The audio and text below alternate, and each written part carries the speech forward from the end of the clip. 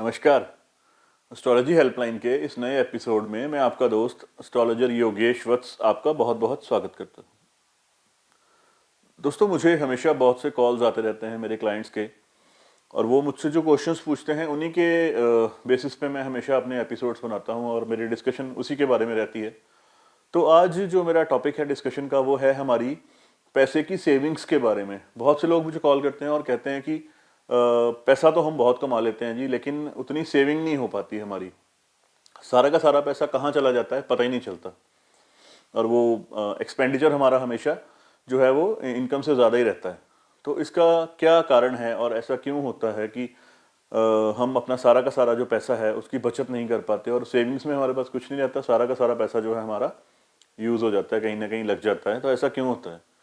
तो देखिए दोस्तों, आज इसी के बारे में हम थोड़ा सा जानने की कोशिश करते हैं। देखिए, हमारी कुंडली का जो दूसरा घर है, सेकंड हाउस जो है हमारी कुंडली का, वो हमारी बचत को रिप्रेजेंट करता है। पैसा जो है हमारा कमाई जो होती है। 10वां घर देखिए हमारा कर्म का क्षेत्र है, जहां से हम कर्म करते हैं उस पैसे को कमाने के लिए। 11वां घर जो उससे अगला घर है, वहां से हम उस पैसे को कमाना शुरू करते हैं, वहां से हमारे उस कर्म का जो फल हमें मिलता है 11वें घर से मिलता है। 12वें घर में उस पैसे को खर्च कर देते हैं हम लोग, तो वहां पे उसका खर्चा देखा जाता है कि आपका खर्चा कितना है। तो अगर आपका खर्चा कम है और आपकी इनकम ज़्यादा है तो उसका जो बैलेंस बचता है वो सेकंड हाउस में यानी कि बचत में चला जाता है। अब बचत क्या है? आपका बैंक बैलेंस है, आपका जो भी सेव किया हुआ पैसा है, आपकी एफडीज हैं, वो सारा का सारा पैसा जो आपने सेव किया हुआ है कहीं पे भी किसी भी रूप में, तो वो सारा का सारा पैसा सेकंड हाउस में चला जाता है। इसी तरह से जब हम संसार में हैं तो हमारा पैसे के अलावा जो हमारी बचत है वो क्या है, हमारा अपना क्या है जिसको हम अपना कह सकते हैं। जैसे पैसे को हम अपना कहते हैं कि पैसा हमारा अपना है, हमने जो बचा लिया। इसके अलावा अपना कौन है? तो हमारा परिवार हमारा अपना है। तो हमारा जो परिवार है वो हमारा सेकंड हाउस है।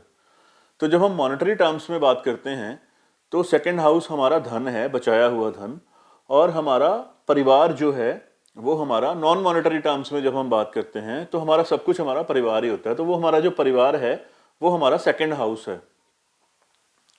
तो जब भी आपका सेकंड हाउस डिस्टर्ब्ड होगा तो आपकी सेविंग्स जो हैं वो खराब होनी शुरू हो जाएंगी, आपको पता भी नहीं चलेगा, और आपकी सेविंग्स कहीं खर्च होनी शुरू हो जाएंगी, सेविंग्स में लीकेज होनी शुरू हो जाएगी, कहीं ना कहीं पैसा आपका टिकेगा ही नहीं और पैसा सारा जो है वो वेस्ट होना शुरू हो जाएगा। अब ऐसा क्यों होता है और उसको ठीक करने के क्या तरीके हैं?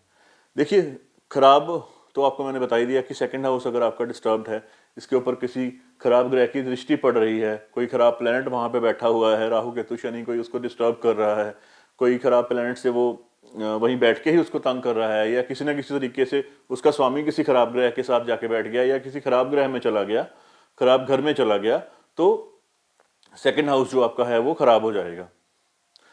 अब इसको ठीक करने का क्या तरीका है?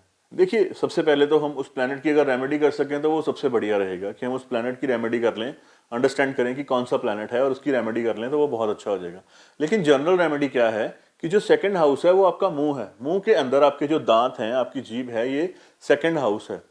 तो जब भी आप अपने दांतों को हमेशा ठीक रखोगे, आपके दांतों में कोई प्रॉब्लम नहीं आने दोगे, कोई भी जरा सी प्रॉब्लम आती है तो इमीडिएटली आप अपने डेंटिस्ट के पास जाइए, डेंटिस्ट को आप पैसा दे दीजिए, कोई दिक्कत नहीं है, और अपने दांतों को ठीक करवा लीजिए। किसी भी तरह की कोई प्रॉब्लम आपके दांतों में नहीं रहनी चाहिए किसी भी टाइम। दांत अगर जरा से आपको कहीं से लग रहे हैं, फिलिंग होने वाली जरूरत है, वहां पे उसको फिलिंग करवा लीजिए। जहां पे आपको लगता है आरसीटी करवाने की जरूरत है वो करवा लीजिए।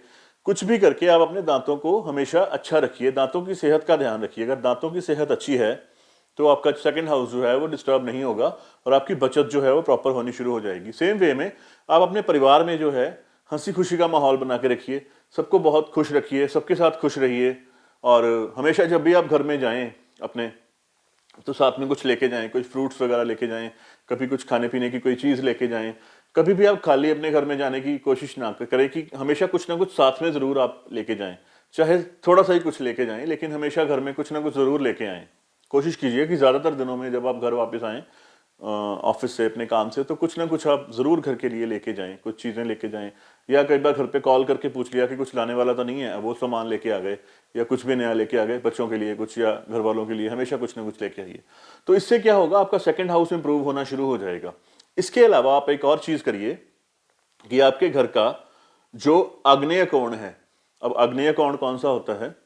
तो आपके घर का देखिए जो साउथ डायरेक्शन है और ईस्ट डायरेक्शन है, साउथ ईस्ट वाला जो कॉर्नर है आपके घर का, वो जो रहेगा आपका आग्नेय कोण रहेगा। फायर साइड वाला जो होता है, मंगल का वो घर उसको कहा जाता है।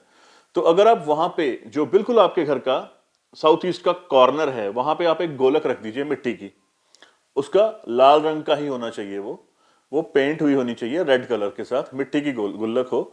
उसमें आप कुछ कॉइन्स वगैरह डालने शुरू करिए, डेली उसमें कुछ ना कुछ जरूर डालते रहिए। तो इससे क्या होगा कि आपका धन स्थान जो है वो इंप्रूव होना शुरू हो जाएगा। रेड कलर की जब आप वहां पे गुल्लक रखेंगे, उसमें पैसा डालना शुरू कर देंगे, तो आपका धन स्थान इंप्रूव होना शुरू हो जाएगा, आपकी बचत इंप्रूव होनी शुरू हो जाएगी, परिवार में बचत होनी शुरू हो जाएगी, परिवार में रहने वाले सारे के सारे लोगों पे उसका इफेक्ट जाएगा, और वो आपका जो है धन की पोजीशन अच्छी होनी शुरू हो जाएगी, बचत की पोजीशन आपकी अच्छी होनी शुरू हो जाएगी। तो ये छोटे छोटे उपाय हैं 3, जिनको करने के बाद आप बड़े आराम से अपने जो पैसों की बचत कर सकते हैं, इनकम में बढ़ोतरी कर सकते हैं।